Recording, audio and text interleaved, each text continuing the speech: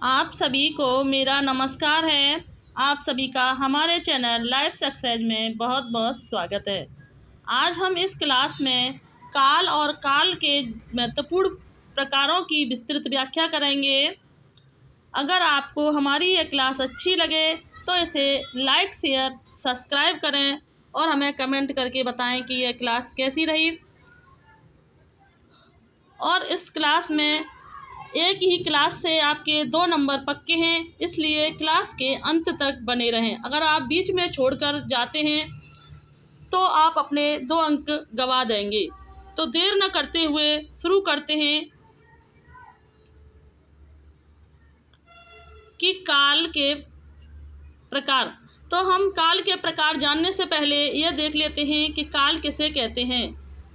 तो क्रिया के जिस रूप से उसके कार्य का समय या उसकी पूर्ण अपूर्ण अवस्था का बोध होता है तो उसे काल कहते हैं। तो किसी कार्य में के करने की जो समय की अवस्था का बोध होता है तो उसी को हम काल कहते हैं। तो काल के 3 प्रकार होते हैं। काल कितने प्रकार के होते हैं? काल 3 प्रकार के होते हैं।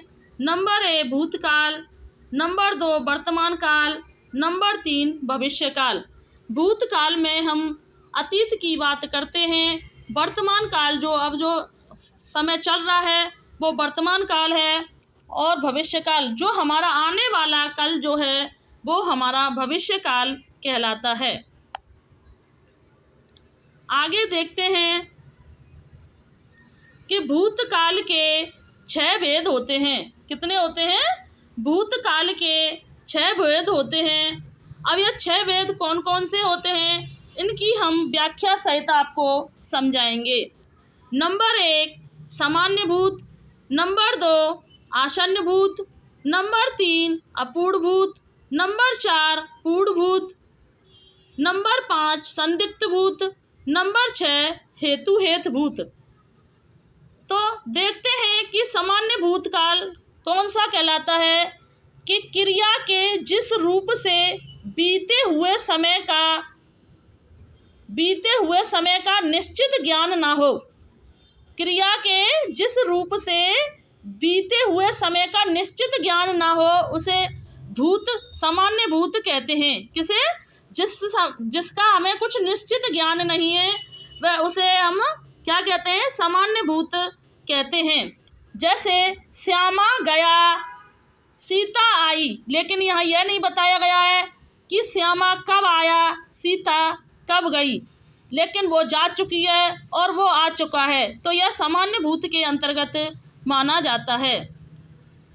नंबर 2 देखते हैं आसन्न भूत। तो आसन्न भूत कौन से होते हैं? यह सभी चीज़ें पहचानने में परीक्षा में बड़ी कन्फ्यूजन पैदा कर देते हैं। तो आसन्न भूत इस क्रिया के जिस रूप से समय का निकट ही समझा जाए, मतलब जिससे क्रिया के जिस रूप से क्रिया के समय जो है वो निकट ही समझा जाए।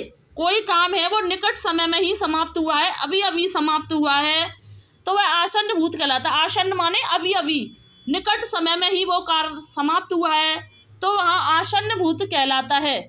जैसे अंकुर नैनीताल से लौटा है, मतलब अंकुर नैनीताल से लौटा है का मतलब वो अभी अभी लौट आया है। मैं खाना खा चुका हूँ, मतलब मैंने खाना अभी खा लिया है, मतलब अभी अभी खा के हटाऊँ। तो जहाँ निकट समय की बात की जाती है वहाँ आसन्न भूत होता है। नंबर 3 है अपूर्ण भूत। तो इस अपूर्ण भूत वह होता है कि क्रिया के जिस रूप से यह जाना जाए कि क्रिया भूतकाल में हो रही थी लेकिन उसकी समाप्ति का पता न चले, उसे अपूर्ण भूत कहते हैं। जैसे वो क्रिया चल रही थी लेकिन उसकी समाप्ति कब हुई थी कब नहीं हुई थी ये हमको पता न चले तो अपूर्ण भूत होता है। जैसे कविता पढ़ रही थी, हिमांशु गीत गा रहा था, लेकिन वो कब तक गाया उसने कब तक नहीं गाया पता नहीं चलता है।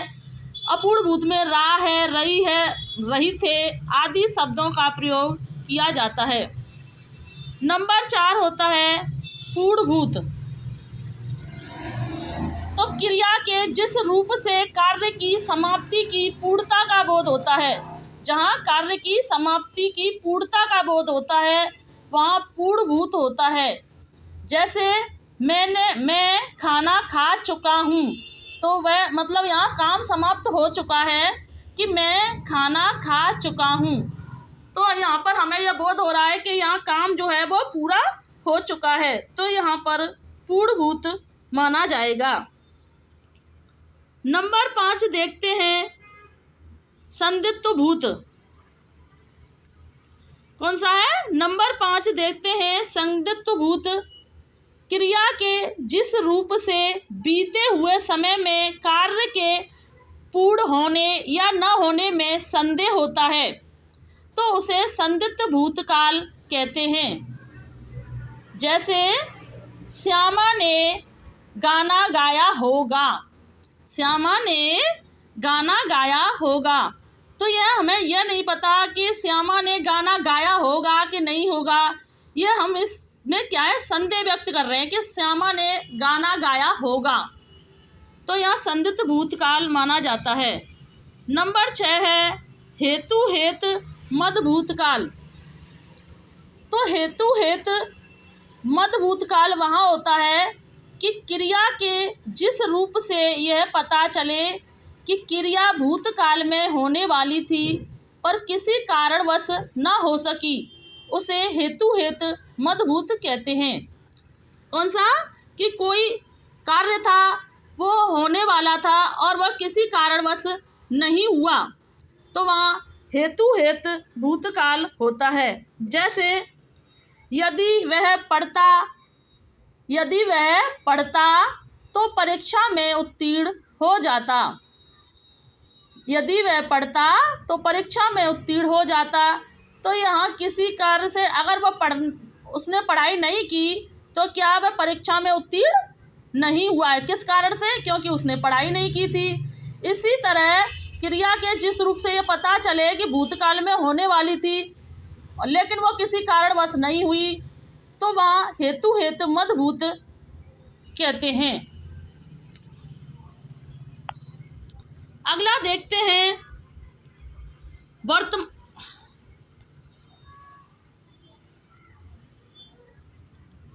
वर्तमान काल। वर्तमान काल के 5 भेद होते हैं। भूत के 6 भेद होते हैं, जबकि वर्तमान के 5 भेद माने जाते हैं। तो वर्तमान के 5 भेद कौन कौन से होते हैं देखते हैं। नंबर 1 सामान्य वर्तमान, नंबर 2 तत्कालिक वर्तमान, नंबर 3 पूर्ण वर्तमान, नंबर 4 संदिग्ध वर्तमान, नंबर 5 संभाव्य वर्तमान। तो देखते हैं कि नंबर 1 सामान्य वर्तमान कौन सा होता है। तो क्रिया का वह रूप जिससे वर्तमान में क्रिया का होना पाए जाए वहाँ सामान्य वर्तमान कहलाता है। जैसे लड़का पढ़ता है, मैं जाता हूँ, वह खाता है। तो सामान्य वर्तमान में अंत में ता है, ती है, ते है आदि शब्दों का प्रयोग किया जाता है अगर इसे पहचानना हो तो। नंबर 2 तात्कालिक वर्तमान। तो तात्कालिक वर्तमान कौन सा होता है कि क्रिया का वह रूप जिससे यह पता चलता है कि क्रिया वर्तमान में हो रही है। जैसे मैं पढ़ रहा हूँ, वह जा रहा है। तो तत्काल का मतलब है कि यह जो क्रिया है वो वर्तमान में हो रही है, अभी यह चल रही है। जैसे मैं पढ़ रहा हूँ, वह जा रहा है, यहाँ अंत में रा है, रही है, रा है आदि आते हैं। नंबर 3 देखते हैं पूर्ण वर्तमान। तो पूर्ण वर्तमान कौन सा होता है कि क्रिया के जिस रूप से यह पता चले कि कार्य पूर्ण हुआ है, जहाँ कार्य के पूरा होने का पता चले वहाँ पर पूर्ण वर्तमान काल होता है। जैसे वह आया है, मैंने पुस्तक पढ़ी है, तो यहाँ काम क्या है, मैंने पुस्तक पढ़ी है, मतलब हमने ये पुस्तक पढ़ ली है, तो हमारा काम क्या है, यहाँ पूरा हो चुका है। नंबर 4 देखते हैं, संदिग्ध वर्तमान। तो संदिग्ध वर्तमान कौन सा होता है कि क्रिया का वह रूप जिससे वर्तमान काल में क्रिया के होने में संदेह हो। वर्तमान काल में क्रिया के होने में संदेह हो, उसे संदिग्ध वर्तमान काल कहते हैं। जैसे राम पढ़ता होगा, अतुल खाना खाता होगा। मतलब हम ऐसा संदेह कर रहे हैं कि शायद वो खाना खाता होगा या अतुल राम पढ़ता होगा। ये हमारा क्या है, एक संदेह है, हमें वास्तविकता नहीं पता है, तो इसलिए यहाँ संदिग्ध वर्तमान काल का प्रयोग किया गया है। नंबर 5 देखते हैं, संभाव्य वर्तमान। तो संभाव्य वर्तमान वहाँ होता है कि क्रिया के जिस रूप से वर्तमान काल में काम पूरा होने की संभावना रहती है। कहाँ? जहाँ वर्तमान काल में काम पूरा होने की संभावना रहती है, वहाँ संभाव्य वर्तमान काल होता है। जैसे वह आया हो, जैसे वह आया हो, वह लौटा हो, तो यहाँ संभाव्य वर्तमान काल माना जाता है।